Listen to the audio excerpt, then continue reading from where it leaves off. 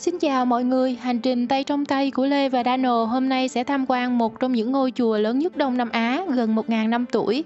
Đó là chùa Bái Đính. Chùa Bái Đính không chỉ là một ngôi chùa mà còn là một trải nghiệm tuyệt vời sẽ thay đổi cách nhìn của bạn về tâm linh mãi mãi. Chùa rất là rộng lắm. Chúng ta càng đi càng dễ lạc đường và dễ bỏ sót những địa điểm tham quan, nhất là những ai dễ mất phương hướng giống như Lê.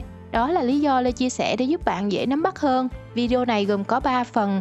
Phần 1 là tổng quan về lịch sử và văn hóa hình thành. Phần 2 là hướng đi và các dịch vụ. Phần 3 là các khu tham quan chính bạn không nên bỏ lỡ, các kỷ lục và giá trị văn hóa tâm linh. Hình ảnh mà bạn đang xem là tháp Báo Thiên cao 13 tầng, cách mặt đất 100 m. Đi từ xa chúng ta đã có thể nhìn thấy bảo tháp này. Chúng ta sẽ ngắm toàn cảnh chùa Bái Đính từ trên cao để có cái nhìn tổng quan và ngược dòng thời gian tìm hiểu về chùa Bái Đính. Đầu tiên là vua Đinh Tiên Hoàng dẹp nội loạn 12 sứ quân. Ông đã mở ra triều đại nhà Đinh từ năm 968 đến năm 980. Khi tham quan Ninh Bình, bạn sẽ được biết hơn về 3 triều đại, nhà Đinh, nhà Tiền Lê và nhà Lý. Tuy chỉ tồn tại 12 năm, nhưng vua Đinh Tiên Hoàng có công dời kinh đô về Hoa Lư, từ đó hình thành nên nền văn hóa sau này cho đất Ninh Bình. Cố đô Hoa Lư, chùa Bái Đính và Tràng An là 3 danh lam thắng cảnh thuộc quần thể danh thắng Tràng An, được trao tặng di tích văn hóa Việt Nam vào năm 1997. Ngày 23 tháng 6 năm 2014, quần thể danh thắng Tràng An, trong đó có chùa Bái Đính, được UNESCO công nhận là di sản thế giới về văn hóa và thiên nhiên. Chùa Bái Đính được thiền sư Nguyễn Minh Không sáng lập vào năm 1136, thế kỷ thứ 12, cùng thời với công trình Angkor Wat của Campuchia, cho thấy nền văn hóa Phật giáo rực rỡ lúc bấy giờ. Và vì chùa cổ được xây dựng vào triều nhà Lý, nên về sau chùa mới cũng mang nét văn hóa của thời Lý. Để tưởng nhớ vị thiền sư sáng lập chùa và cũng là vị quốc sư huyền thoại của dân tộc, một nhân vật có thật, thì hãy đến tháp quốc sư trên hồ Đàm Thị. Ông cũng là vị quốc sư tài ba, ông giỏi nhiều lĩnh vực như Phật học, điêu khắc, thuốc nam và chăm cứu, đặc biệt là nghệ thuật đúc đồng. Nổi tiếng là tứ đại khí gồm có tháp Báo Thiên, chuông Quy Điền, tượng Phật Quỳnh Lâm, vạc Phổ Minh. Do vậy, khi tham quan chùa, chúng ta sẽ thấy rất nhiều tượng đồng và tượng đồng dát vàng. Từ năm 2003, dựa trên nền tảng của ngôi chùa cổ mà trùng tu và mở rộng với các công trình kiến trúc tiêu biểu còn gọi là chùa Bái Đính mới mà chúng ta tham quan hôm nay. Về diện tích, chùa Bái Đính là 539 ha, đưa chùa Bái Đính đạt kỷ lục là chùa rộng nhất Việt Nam và xếp vào top những ngôi chùa có diện tích lớn nhất nhì ở châu Á như Angkor Wat của Campuchia, chùa Tam Chúc ở Việt Nam. Trong đó ngôi chùa cổ Bái Đính là 27 ha, chùa mới mà chúng ta đang tham quan khoảng 80 ha và rất nhiều hạng mục đang mở rộng khác. Hôm nay Lê sẽ đi dạo khoảng 100 ha. Lê và Dano đi du lịch hơn 1 tháng rồi và chùa thì rộng quá. Nếu yêu mến Lê, hãy cho Lê một nút like, đăng ký để tiếp thêm sức lực cho Lê chạy vòng vòng 100 ha nhé. Cảm ơn mọi người. Bây giờ chúng ta sẽ đến với phần hướng đi và các dịch vụ. Về hướng đi thì chúng ta sẽ di chuyển trên các cái đường gạch đứt màu vàng là tuyến đường của xe điện, và 2 cái đường gạch vàng song song ở chính giữa là cái khu vực mà xe điện sẽ đưa đón chúng ta đi tham quan các cái địa điểm. Còn về phần các dịch vụ thì có 4 khu vực. Khu vực đầu tiên đó chính là 1, 2, 3, gồm có số 1 bãi đổ xe, sau đó sẽ di chuyển đến số 3 để mua vé, và sau đó chúng ta sẽ đến số 2 là trạm xe điện để chúng ta khởi hành hành trình tham quan ngày hôm nay.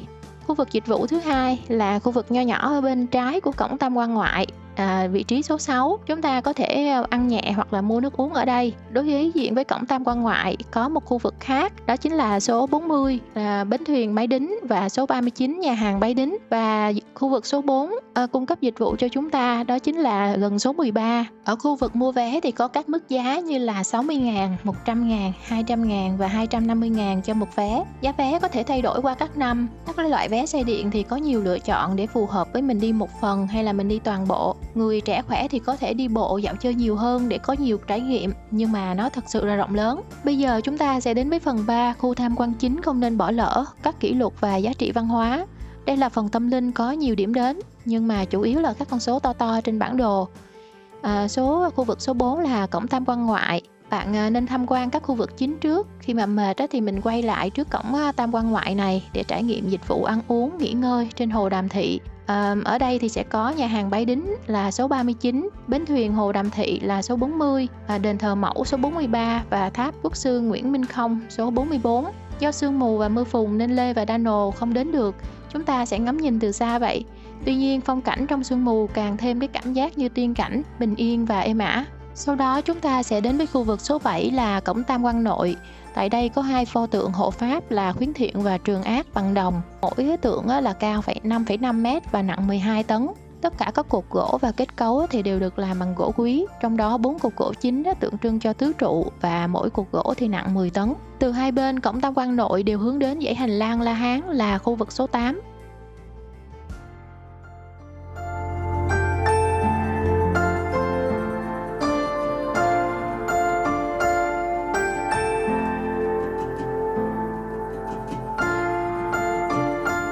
Hành lang La Hán dài gần 3 km với 502 bức tượng các vị La Hán bằng đá nguyên khối được tạo bởi các nghệ nhân điêu khắc đá ở Ninh Bình. Hành lang La Hán ở đây là dài nhất châu Á. Mỗi tượng cao đến 2,5 m, nặng khoảng 4 tấn. La Hán là viết tắt của từ A-la-hán, là bậc thánh đã hoàn toàn giải thoát ra khỏi sinh tử luân hồi, sống trong niết bàn. Nhưng các vị chọn ở lại nhân gian để thực hiện những hạnh nguyện độ sinh khác nhau. Mỗi bức tượng biểu thị những sắc thái khác nhau tượng trưng cho cuộc sống nơi trần thế. Lưu ý các biển màu đỏ đều là không chạm tay vào tượng nhé. Ngoài ra, trên tường dọc hành lang, trong các ô vuông cũng có rất nhiều bức tượng Phật bằng đồng. Điểm dừng chân tiếp theo là gác chuông có kiến trúc bát giác rất là đẹp. Khối đồng trông giống như trống đồng Đông Sơn rất là lớn, nặng đến 70 tấn. Và kết cấu của gác chuông cũng rất là độc đáo, chắc chắn. Bên trên trống có một chiếc chuông lớn gọi là Đại Hồng Chuông, nặng 36 tấn, cao tầm 5,5 m, với đường kính là 3,7 m. Chuông được làm bằng đồng và pha vàng nên tiếng chuông ngân vang rất xa, độc nhất vô nhị và đạt kỷ lục là chuông lớn nhất Việt Nam vào năm 2007.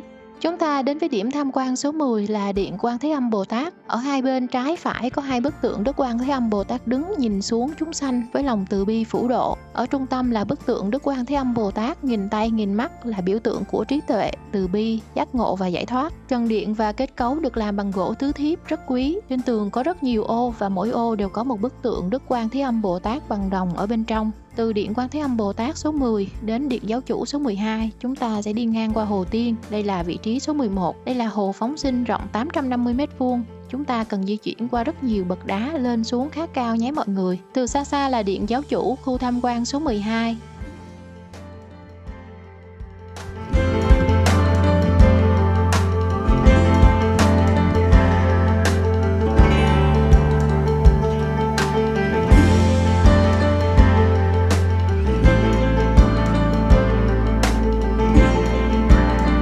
Thờ tượng Phật tổ an tọa trên đài sen bằng đồng giác vàng cao đến 10 m và nặng đến 100 tấn, được xác lập kỷ lục là tượng Phật bằng đồng lớn nhất châu Á vào năm 2012. Hai bên có hai pho tượng Phật Thích Ca lớn, xung quanh có nhiều pho tượng hộ pháp bằng đồng khác và nhiều vật phẩm bằng đồng như tiên hạt, càng tăng thêm vẻ uy nghi và tráng lệ. Trên các dãy tường xung quanh có hàng ngàn ô vuông nhỏ, mỗi ô vuông đặt một bức tượng Đức Phật Thích Ca bằng đồng ở bên trong. Toàn bộ kiến trúc và vật liệu xây dựng đều là tốt nhất. Để dễ phân biệt thì Điện Quan Thế Âm Bồ Tát và Điện Giáo Chủ có 2 tầng mái. Duy nhất có Điện Tam Thế ở khu vực cao nhất ở trên đồi cao có 3 tầng mái. Phần mái là hoa văn trang trí mang phong cách nghệ thuật của thời Lý với mây bay sóng nước, cánh sen xung quanh 6 cạnh và phần đuôi cong như đuôi phượng hoàng. Xe điện sẽ chở một nhóm người, vì vậy khuyến khích chúng ta đi cùng nhau qua các trạm dừng. Tuy nhiên thực tế là giá vé xe điện có tuyến dài, tuyến ngắn khác nhau, thời gian tham quan và cầu nguyện của mỗi người cũng khác nhau.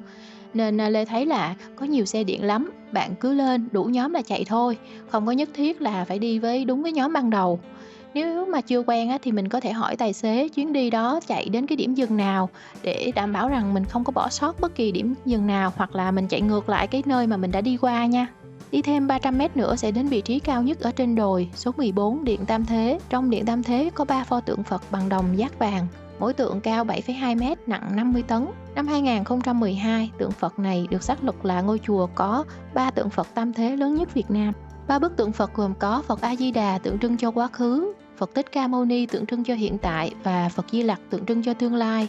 Có nhiều ý nghĩa tôn giáo về tam thế, nhưng dành cho cá nhân mình hiểu cho cuộc sống đời thường là quản lý tốt, sự chú ý vào quá khứ, hiện tại và tương lai, điều gì là cần thiết cho cuộc sống. An trú trong hiện tại, cảm thấy bình an, hài lòng với hiện tại là hạnh phúc. Quay về quá khứ, chỉ xem lại những bài học để tinh tấn sửa đổi và nghĩ đến tương lai để có phương hướng và mục tiêu phù hợp. Mỗi phút giây trôi qua, trong phút giây này đang là hiện tại, chỉ một chút sau đó đã là quá khứ, nên điều gì tốt đẹp có thể thì thực hiện ngay và không đắm chìm trong vấn đề của quá khứ. Đây chắc chắn là con đường dài nhất trong đời người và trong luân hồi. Ở bên phải của Điện Tam Thế là khu vực số 13, cây ước nguyện.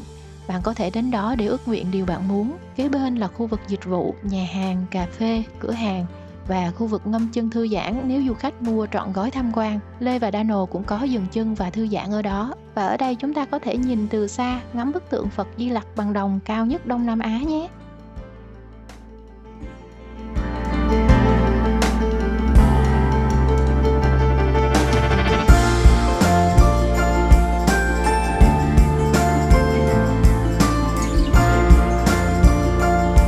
Giờ chúng ta sẽ quay lại với hình ảnh đầu tiên là tháp Báo Thiên, tòa tháp cao 13 tầng. Chúng ta sẽ đi đường cầu thang lên tầng 2 để đi thang máy lên tầng 12. Rồi từ tầng 12 mình đi bộ lên tầng cao nhất nhé.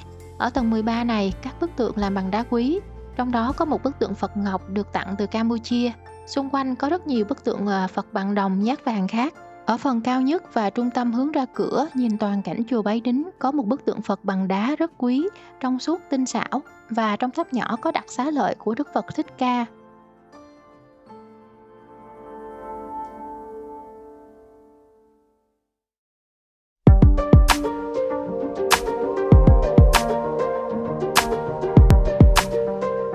Bây giờ chúng ta hãy nhìn về chùa Bái Đính cổ tại hướng này nhé. Nếu bạn muốn có thể đến tham quan chùa cổ. Ngoài ra nơi đây còn là nơi cung nghinh Phật Ngọc Hòa Bình Thế Giới vào ngày 23 tháng 4 năm 2016. Qua hơn 20 năm xây dựng nhưng chùa Bái Đính mới vẫn còn nhiều hạng mục chưa hoàn thành. Đây là một ngôi chùa đồ sộ, nghiêm trang đáng kinh ngạc. Hy vọng video sẽ hữu ích cho chuyến tham quan của quý du khách. Lê cũng đặc biệt gửi đến các cô chú lớn tuổi vì đường xá xa xôi hay vấn đề về sức khỏe chưa đến chùa Bái Đính được thì mình có thể xem ở nhà. Kính chúc quý cô chú thân tâm an lạc, phúc thọ vô biên. Cảm ơn đã xem video của Lê. Nếu thích hãy bấm like, chia sẻ để xem video kế tiếp. Bye bye!